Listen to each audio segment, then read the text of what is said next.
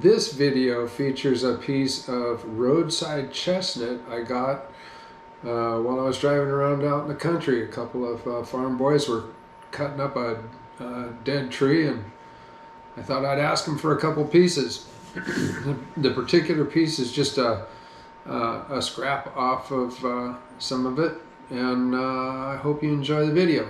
Screw in there, and I'll mount it up on this chuck. And then I think what I'm going to do is try to turn this real thin, because this piece of wood's been laying around for a couple years, and I know it's really dry, and I've always wanted to do one of those bowls that it's kind of a dish more than it is a bowl, and it finishes up real shallow and real thin, and has the live edge all the way around the edge of it. So we're going to give that a shot and see how it works out. I'll be right back. Okay, we get you in the shot? Yep, we got you there. All right.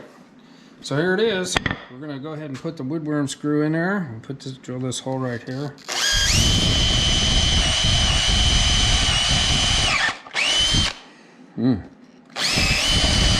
Gouge, the big half-inch. The big half-inch bowl gouge. And we're just going to turn on some nice edge. We're going to kind of follow this contour of the wood and see what we can do with it. I don't know what we can do with it. We're going to find out though. So we're going to look at maybe 500 or 600 RPM, maybe a little more. There's 800. And this machine's vibrating, so we're going to call that good enough. It'll soften up here as I go. I'm going to put a face shield on because, you know, it's pretty dry wood, and I don't know what's going to come flying off of it. I have two shields that I like to use. This is the old cheapie, old dusty.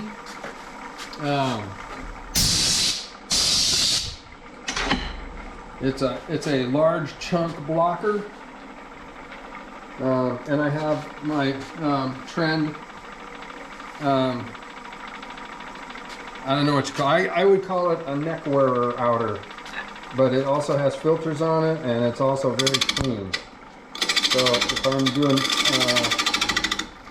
wood like walnut's one that you would want to use that with, because that's some pretty treacherous material. You don't want to be breathing that.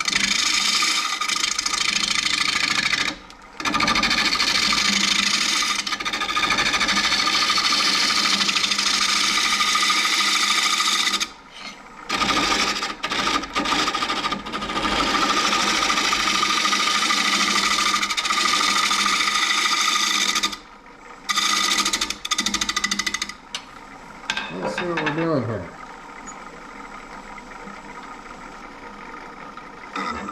Just to start out with, we aren't doing much, are we? I'm going to turn this and get it trued up. Oh, see, we're already into that. Okay, that's okay. That's all right. And I didn't know what we were going to do with this anyway, so it's probably going to go away. All right, we're going to get it trued up. Here we go.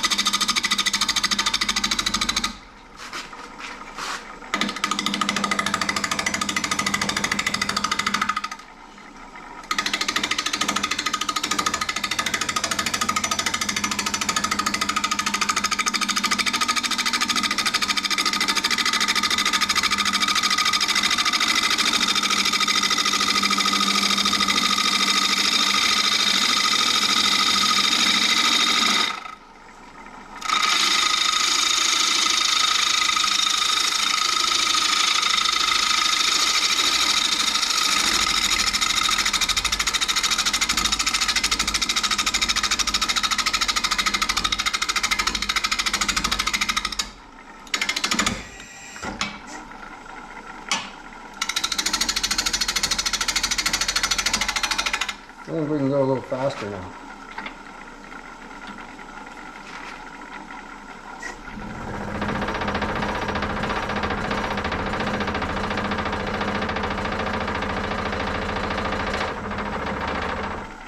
Maybe not. 830.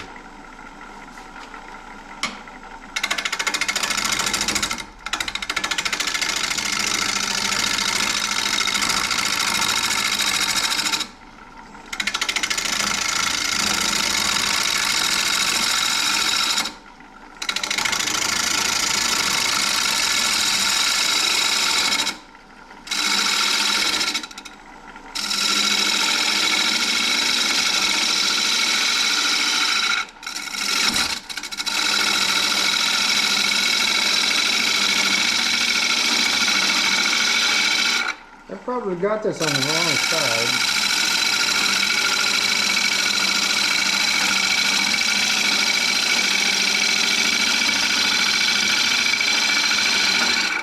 The camera, that is. Maybe I'll turn that around so you can see what I'm doing.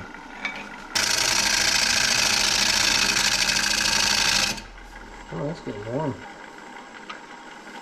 That's getting warm. I think I'm going to refresh the edge.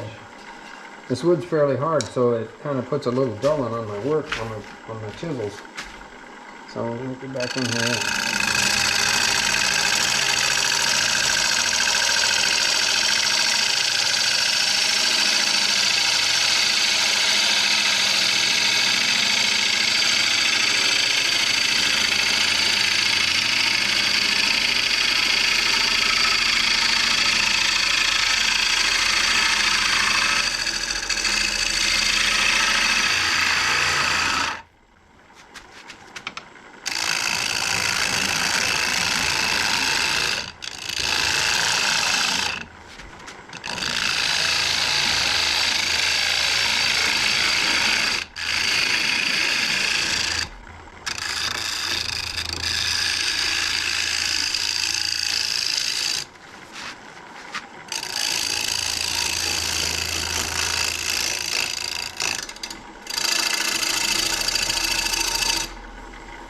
Let's see how that looks. Looks pretty, don't it?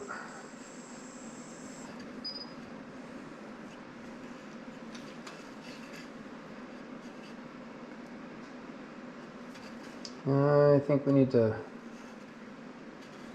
Oh, I see. It's a little open grain there. All right. Well, we'll do some filling on that. Okay, so we're going to put it in right here. Ouch. Sliver.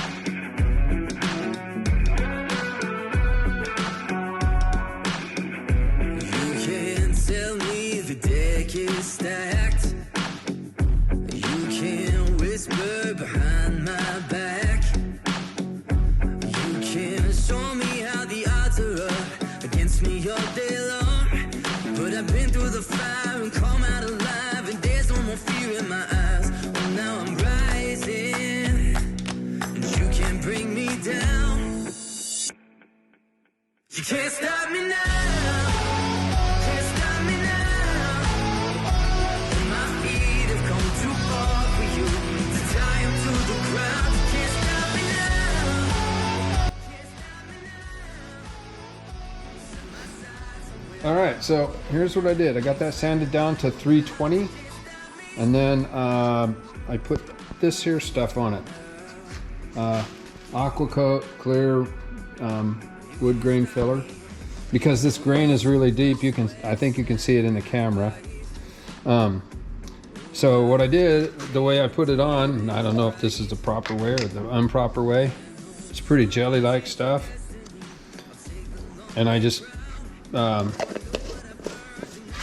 put it on this and forced it, and I used my hand to just force it into the grain as deep as I can get it, right? And then let that cure up, and then I'll sand it off down to 400, and then I'll put a couple of coats of sanding sealer, and then I'll probably put well, I'm not sure whether I will or not, some wood bowl finish. I'll try that to top it all off.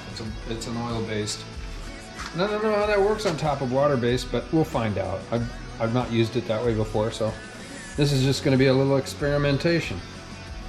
So here we go, sanding. I'm going to put my mask back on.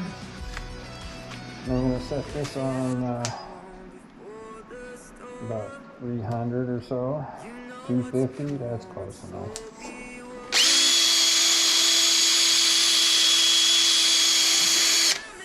I guess I'll turn on the noise here.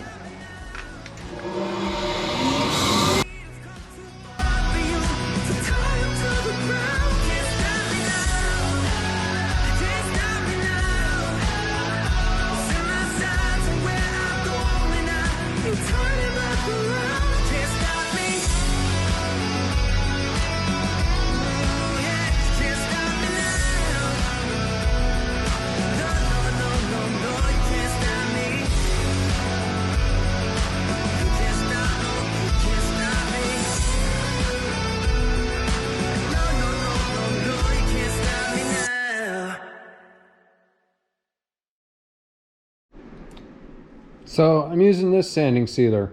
I've not used it a whole bunch, but I've used it a little bit. It seems to work okay. So it says stir it up, don't shake it, because you don't want to get air entrained in it. And I can't find, well, I ran out of little throwaway brushes, so I'm using this, and I know it ain't the right thing, but I'm using it anyway for the first coat. And while it's setting up, I'll run up to the store and get me some proper brushes. Okay, here we go. Just a little quick shot here. Probably take about one of these brushes full. The trouble with these brushes is they always seem to push air into the mix. And what happens then is you get bubbles, and you don't want bubbles, I guess. That's the story I'm going with, and I'm sticking to it. Not that I know a whole lot about finishes, because it's really my not favorite part of all this stuff.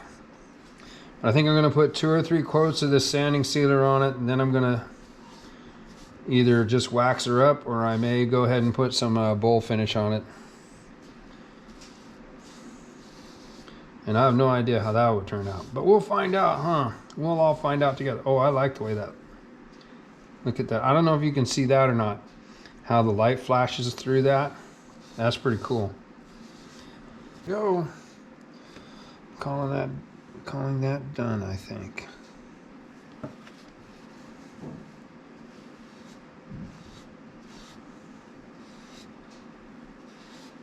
There we go. So what do we got? We got one layer of grain filler in there, and then we put a layer of sanding sealer on there, and 2 coats of wood bowl finish. And then tomorrow we'll part that out. Alrighty, so I have this mounted on here. I have it mounted on my little friction pad. And it just pushes against this pad there, and this 1/4 inch piece of plywood provides a little spring pressure on it so it stays smooth.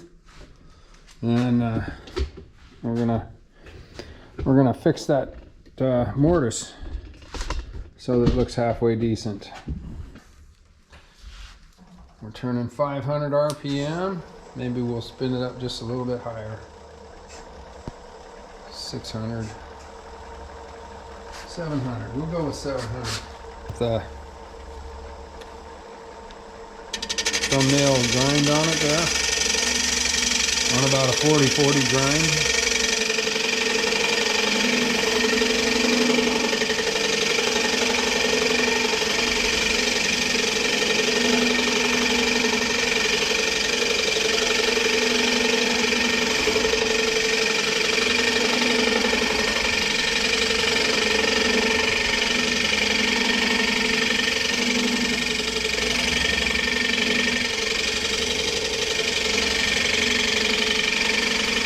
Just work that right down to a blend.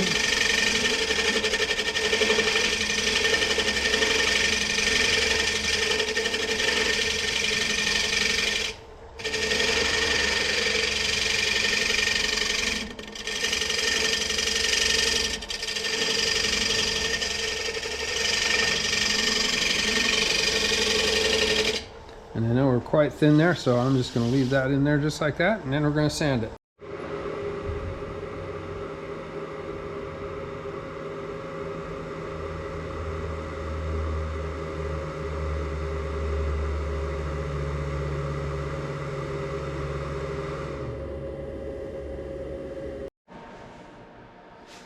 Well, here it is. Roadside Chestnut. Turned out pretty nice, I think. I had some troubles with the finishes, but I think I got it figured out. So, yeah, it's about 7.5 inches around and about 2 inches tall right there at that point. Got the logo on the back, and everything's all shined up. I like this wood. It has lots of different kind of greens and browns in it. Yeah, so there it is, Roadside Chestnut. If you like the video, oh, you should check this out. See if the way the light hits it, it really does kind of has some really kind of cool effects. Hey, so if you like the video, go ahead and hit the subscribe button, push like, and yeah, I'd appreciate that very much. So until the next video, thanks for watching.